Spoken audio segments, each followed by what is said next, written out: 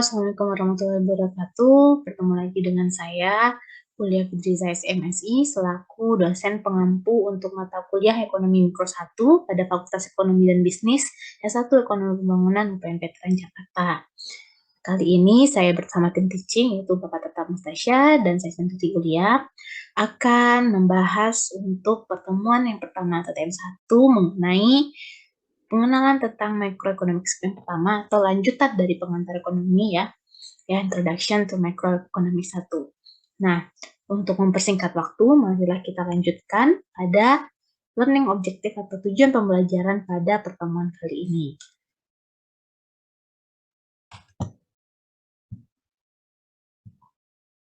Nah, untuk tujuan pembelajarannya adalah yang pertama, pada materi ini ya, kita akan untuk mengetahui ya, apa sih itu microeconomics, what is microeconomics, lalu a few basic principle, bagaimana basic prinsip dari microeconomics sendiri, and the basic supply demand model, dan untuk dasar dari supply demand model ya, pemodelan supply dan demand ya. Untuk supply demand itu sendiri adalah penawaran dan permintaan yang kalian, beberapa dari kalian juga pernah mempelajari dasar ini pada semester yang lalu atau mungkin pada bangku sekolah ya, sekolah menengah atas. Nah, lanjut ya, apa sih microeconomics ya, sekilas kita ulang dulu ya untuk pelajaran waktu semester yang lalu. Economics is the study of the allocation of scarce resource among relative use. Jadi, seperti kita tahu ya, kelangkaan, scarcity itu adalah masalah besar dari suatu perekonomian ya, di mana scarcity adalah ketika supply of resource ya, ketersediaan sumber daya itu tidak bertemu dengan demand yang tidak cocok sama permintaan yang ada. Nah, disitulah terjadinya yang namanya kasus kelangkaan. Ya, bisa dikatakan itu keadaan yang langka. Ya, nah dari keadaan langka itu kita sebagai ekonom mencari ya alternatifnya, solusinya untuk menghadapi permasalahan tersebut. Nah, misalnya saja beberapa waktu yang lalu pernah terjadi ya kelangkaan dari minyak goreng. Nah, beberapa orang mencari alternatifnya mungkin menggunakan salah satunya dengan mengganti minyak goreng tersebut yang minyak goreng yang terbuat dari kelapa sawit ya, lebih tepatnya dengan minyak goreng yang terbuat dari kelapa atau virgin coconut oil. Nah, di microeconomics itu, this is the study of economic choice ya, pilihan ya, choice individuals and firms that make and how this choice create market. Nah, jadi pilihan-pilihan alternatif itu sendiri nantinya akan membuat pasar yang baru untuk menggantikan suatu sumber daya yang langka tersebut. Nah, dari masalah tersebut ya, biasanya tidak hanya di makroekonomis yang terdapat model sih atau persamaan ya. Mungkin kalian juga pernah belajar ya model dari makroekonomi itu, di mana Y sama dengan konsumsi, C tambah I tambah G ya, ini kurang net export import ya. Nah, di macroeconomic sendiri juga terdapat model sih ya. Model itu apa? Simple theoretical description that capture the essential of how the economy works. Jadi dari model ya, atau persamaan itu derive ya, diturunkan untuk kita jabarkan dari prinsip dari theoretical framework-nya ya, dari teoritisnya menjadi sebuah bisa menggambarkan bagaimana sistem perekonomian bekerja pada saat sekarang. Nah, lalu apa sih gunanya use of the microeconomics tersebut? Apa sih gunanya kita belajar microeconomics? Ya, microeconomics itu adalah salah satu skop dari pelajaran ekonomi ya, dimana mungkin sebelumnya di semester yang lalu atau di mata kuliah yang lain kalian juga sudah mengetahui bahwasanya ekonomis itu terbagi dua cabangnya, microeconomics dan macroeconomics. Nah, microeconomics itu adalah microeconomics is the principle have been applied to study practically every aspect of human behavior. Bagaimana kita mempelajari ya, lebih tepatnya itu perilaku konsumen, bagaimana perilaku orang. So the insights gained by applying a few basic ideas to a new problem can be very reaching. Jadi dari insight yang kita dapat ya, yang bisa kita aplikasikan dan kita bisa menemukan ide-ide ya. Nah, ide itu terjadi kenapa? Karena ada permasalahan kelangkaan tersebut, scarcity tersebut ya. Nah, kita akan menemukan ide baru atau untuk memecahkan masalah tersebut. Nah, itu gunanya kita belajar microeconomics. Nah, jadi kalian ya nantinya sebagai ekonom bisa menggunakan teori-teori dasar tersebut ya, baik dari segi mikroekonomics ataupun makroekonomics untuk mengambil keputusan atau kebijakan terkait atau terhadap permasalahan yang terjadi pada masa yang akan datang. Nah, a few basic principle. Nah, apa aja sih prinsip dasarnya ya pada mikroekonomi itu ya? Nah, di sini kita kenal namanya production possibility frontier atau yang kita lebih kenal adalah kemungkinan kurva kemungkinan produksi ya. Nah, di sini ya kita lihat pada kurva ini ya. Nah, ini ada garis lengkung ya, garis lengkung. Nah, ya, anggaplah ini kurva produksi suatu perusahaan ya. Anggaplah ini perusahaan minyak ya, perusahaan minyak goreng ya. Nah, a graph is showing all possible combinations of goods that can be produced with a fixed amount of resource ya. Nah, kita asumsikan ya di mana jumlah sumber dayanya adalah dari masa ke masa itu nggak berubah tetap. Nah, jadi kita sebagai ekonom, kita bisa membuat atau menggambarkan yang namanya production possibility frontier. Nah, dari sumber daya yang ada ya, anggap ya satu perusahaan itu bisa memproduksi dua jenis barang ya. Ada yang misalnya ini berbentuk makanan dan berbentuk pakaian ya. Nah, kita anggap saja begitu ya. Nah, kapan kita bisa memproduksi kedua jenis barang tersebut ya? Nah, hanya pada di garis lengkung ini, di garis production possibility frontier. Nah, kita menentukannya gimana? Gimana kita menentukan garis PPF ini? Tentukan adalah dengan sumber daya kita yang ada, total maksimum dan minimumnya berapa. Anggap kita maksimumnya dari food itu berapa. Anggap di angka di sini titik ini kira-kira mungkin 12 ya untuk food, sedangkan untuk clothing ya pakaian itu adalah di 14. Nah, anggap di situ ya, itu jumlah sumber daya kita ya yang sangat terbatas itu. Nah, lalu ketika kita ingin menambah atau mengurangi produksinya, baik itu dari food ataupun dari pakaian, pasti akan ada yang kita korbankan, yang namanya opportunity cost. Nah, mungkin kalau kita ingin menambah dari segi food, kita akan mengorbankan dari clothing ataupun sebaliknya ya. Nah, disinilah gunanya basic dasar ya, dasar konsep dasar dari si production possibility frontier tersebut. Gitu. Oke, nah kalian mungkin tidak asing ya dengan kurva ini ya, kurva supply dan demand ya. Nah, sebelum kita lanjutkan ini ya, baiklah kita pahami lagi ya, kita ulang review lagi apa sih supply demand model itu ya. Supply demand model is describe how goods price is determined by the behavior of the individuals who buy the good and services of the firms that sell it. Jadi ketika si penjual dan pembeli itu bertemu ya, terjadilah di suatu pasar ya. Nah, suatu pasar itu ketika penjual dan pembeli ya, penjual pasti punya price dan yang akan ditawarkannya, dan pembeli atau kita sebagai konsumen punya quantity yang kita inginkannya. Nah, disitulah kurva penawaran dan permintaan itu bertemu ya. Nah, untuk sedikit teori ya, kapan kurva ini bisa diciptakan ya, itu dikenal dilahirkan ya oleh pemikir-pemikir dari ekonom sebelumnya. Mungkin kalian pernah mendengar yang namanya Adam Smith, David Ricardo, ataupun Marshallian. Nah, teori-teori ini diciptakan ya. Kurva ini mungkin diciptakan dan ditemukan oleh beliau-beliau itu pada tahun masa lalu ya, berapa tahun yang lalu, berapa ratus tahun yang lalu.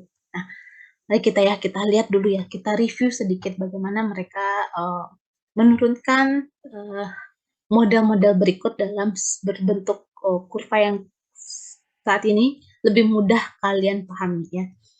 Nah, teori yang pertama itu berasal dari Adam Smith. Nah, Adam Smith ini mengemukakan teori the invisible hand. Apa sih invisible hand? Invisible hand itu, jadi the price are providing a powerful invisible hand. Jadi harga itu punya invisible hand ya, tangan yang tidak bisa kita lihat sama sekali. Yang invisible yang tidak dapat terlihat ya. That directed resource into activities where they would be most valuable. So the price play the crucial role of telling both consumer and firms what goods are worth. Nah, jadi menurut teori dari Adam Smith ini, price itu nantinya ya, harga itu akan sendirinya bisa naik atau turun ya. Nah, di situ yang berperan adalah invisible hand tadi. Invisible hand tadi ya. Invisible hand itu bisa dikatakan dia akan mengikuti pasar yang ada, mengikuti permintaan dan supply-nya sendiri tanpa, di sini ya, invisible hand itu dalam kata lain tanpa campur tangan dari pemerintah yang harus mengatur harga. Jadi akan berjalan dengan mengikuti flow-nya, mengikuti arusnya ya. So and the buy from these economic actors to make efficient choice about how to use them. Jadi semua aktor-aktor yang berperan dalam perekonomian, baik itu sisi penjual atau pembeli ya, mereka yang akan membuat harga itu stabil dengan sendirinya ya.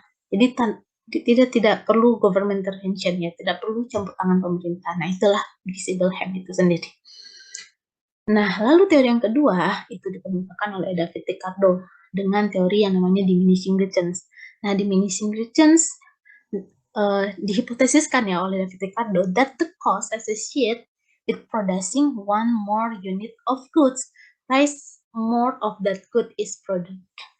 Nah, jadi singkatnya begini, apabila perusahaan atau firm ya ingin memproduksi atau menambah jumlah produksinya angka per satu unit aja. Nah, itu nantinya akan dengan sendirinya menaikkan harga dari barang tersebut. Mungkin untuk lebih jelasnya kita bisa lihat pada kurva berikut. Nah, ini dia tadi.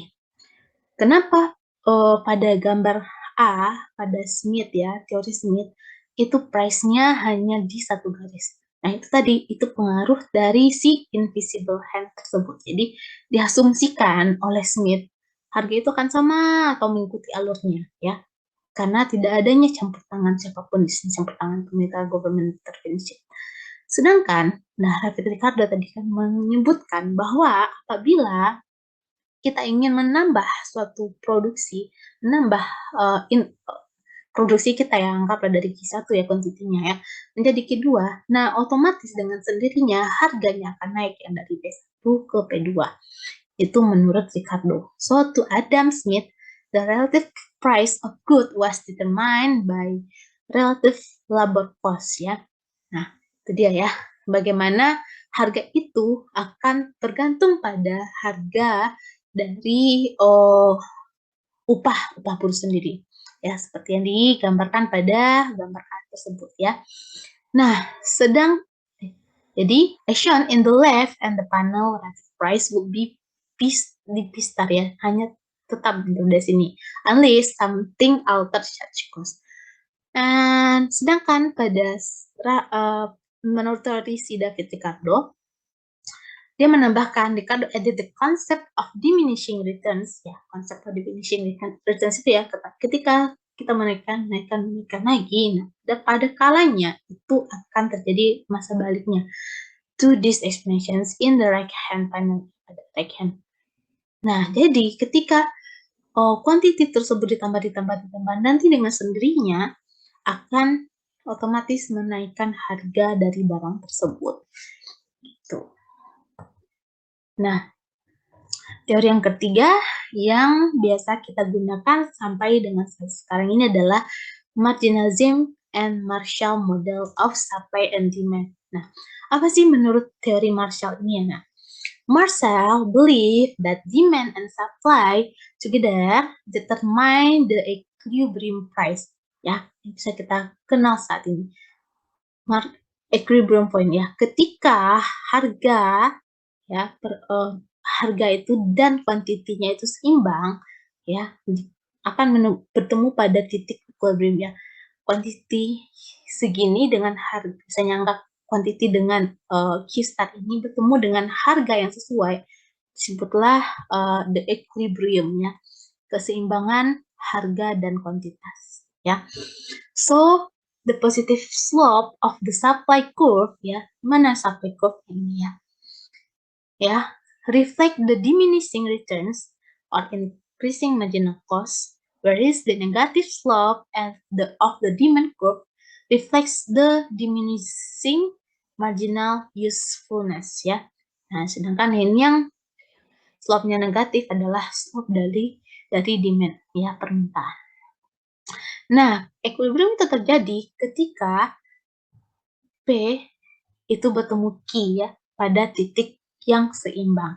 So, any other price result in either or surplus or shortage gitu. Nah, jadi mungkin sedikit saya hanya pada video ini hanya menyampaikan ya bagian-bagian yang akan kita pelajari nanti di kelasnya. Nah, untuk lebih dalamnya pendalaman materi ya tentang bagaimana ya turunan-turunan dari aplikasi modelnya ya untuk mikroekonomi 1 ini nanti kita bahas di kelas. Nah, jadi kesimpulannya pada video pembelajaran ini ya. Nah, kita ketahui ya, economics is the study of allocating scarce resource among possible use. Jadi, di mana kita ekonomis mempelajari ya bagaimana mengalokasikan sumber daya yang sangat terbatas yang angka ini dengan kegunaan yang sangat memungkinkan, because the resource are scarce ya. Kita karena kelangkaan tersebut ya, daripada yang langka itu, choice have to map on how they will be used ya. Economists develop theoretical models to explain this choice. Jadi nantinya kita akan belajar di kelas model-model ekonomi apa yang bisa kita gunakan dalam menghadapi masalah kelangkaan tersebut. So the production possibility frontier, salah satu kurva yang tadi kita bahas singgung di awal, is a simple illustration of the supply condition into markets ya. Ketika itu terjadi pada dua pasar ya. The curve clearly show that the limit impulse of an economy because the resource are scarce. Nah, itu salah satu contoh kurva ya yang bisa kita gunakan ketika kita punya sumber daya yang terbatas ya. Bagaimana kita mengontrol ya jumlah produksi setiap barang dan jasa kita. So the almost commonly used model, nah kita sering gunakan model yang kita sering gunakan sekarang ya dari beberapa teori tadi ada Adam Smith, David Ricardo dan Marshall adalah teori dari Marshall ya, yaitu adalah model of supply demand yang diciptakan atau yang ditemukan oleh Marshall in the latter of the part of 19th century ya, itu pada abad ke abad ke-90 ya, abad ke-19 ya. Teori itu ditemukan oleh Albert Marshall. So the model shows how the price are determined by creating an equilibrium between the amount of people want to buy and the amount firms who are willing to produce-nya. Jadi ketika firm dan people ya, individual yang bertemu ya di suatu market itu akan menciptakan supply dan demand mereka sendiri ya. Nah, nanti supply dan demand itu akan bisa bergeser ya, shifting baik ke atas ataupun ke bawah ya, berdasarkan apa yang terjadi pada market saat itu. Nah, mungkin sedikit post test ya untuk pertemuan pertama ini ya. Please explain about the differences, the basic supply of demand theory by Adam Smith dan Ricardo and Marcellia. Mungkin ini sangat gampang sekali yang sudah saya jelaskan di awal tadi. Boleh nanti dijawab pada diskusi kita di kelas. Nah, untuk bahan referensi kalian bisa menggunakan beberapa buku tersebut ya, buku-buku berikut ini ada yang ditulis oleh Mankiw, Samuelson, Parkin, dan Carlson ya. Itu buku-buku yang bisa digunakan sebagai referensi untuk pelajaran mikroekonomi. Nah, oke, mungkin sekian dulu untuk video singkat pembelajaran ya. Karena untuk lebih materi lebih dalamnya kita akan bahas di kelas. Terima kasih atas perhatiannya. Mohon maaf atas kesalahan saya dan kekurangan saya. Wabillahi taufiq wal hidayah. Wassalamualaikum. Saya dari tim teaching mata kuliah ekonomi mikro mengucapkan Assalamualaikum warahmatullahi wabarakatuh. Dan kita akan ketemu untuk video pembelajaran yang berikutnya. Dan kita juga akan ketemu di kelas nantinya. Terima kasih. Salam bela negara.